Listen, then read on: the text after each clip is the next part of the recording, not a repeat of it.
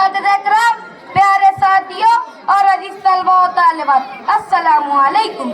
दिलों में हुब्बे वतन है अगर तो एक रहो, दिलों में हुब्बे वतन है अगर तो एक रहो, निकालना ये चमन है अगर तो एक रहो। आज हम यहाँ एक खास और यादगार दिन 15 अगस्त में खुशी में जमा हुए। ये वो दिन है जब हमारा मुल्क हिंदुस्तान 200 साल तवील गुलामी के बाद 1947 में आज़ाद हुआ। ये दिन न सिर्फ हमारी कौमी तारीख का सुनहरी बाब है, बल्कि ये हमें कुर्बानी, जिद्दोजहद और इत्तेहाद का पैगाम भी देता है। 15 अगस्त 1947 एक ऐसा दिन था जब हमारे मुल्कों ने अपनी किस्मत का फैसला खुद करने का हक हासिल किया। अंग्रेजों की गुलामी से निजात हासिल करना कोई आसान काम ना था।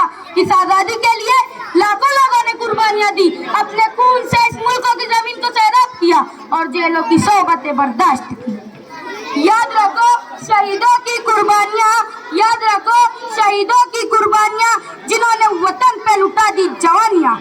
हमें आज़ादी महात्मा गांधी, पंडित जवाहरलाल नेहरू, मौलाना अबुल कलाम आजाद, सुभाष चंद्र बोस और इन जैसे बेशुमार मुजाहिदीन आज़ादी की बेमिसाल जिद्दोजहद और कोशिशों की बदौलत हासिल हुई। उन अजीम रहनुमाओं ने सिर्फ हमें आज़ादी ही नहीं दी, बल्कि एक खौफ दिया, एक रोशन मुस्तकबिल की उम्मीद।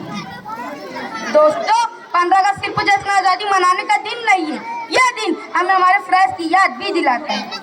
हमें सोचने पर मजबूर करता है कि हम इन शहीदों का हिंदुस्तान बना पाए, कि हमने इस आज़ादी की कदर की जिसके लिए लाखों जानें कुर्बान हुई। यौम आज़ादी हमें हौसला देता है कि हम मुस्तैद होकर अपने मुल्कों की तरक्की में हिस्सा लें।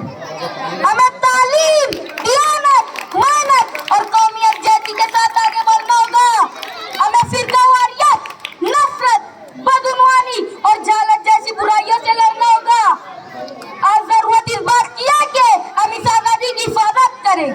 हम सब, खासतौर पर नौजवान नस्ल, मुल्कों का मुस्तकबिल है।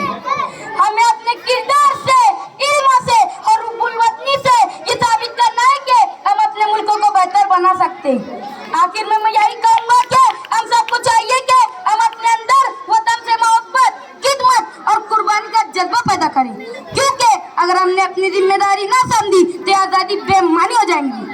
अल्लाह ताला हमारे मुल्कों को हमेशा सलामत रखे, अमन दे, खुशहाली दे और हम सबको सच्चा और मुहिब्बे वतन शहरी बनाए। आमीन। आखिर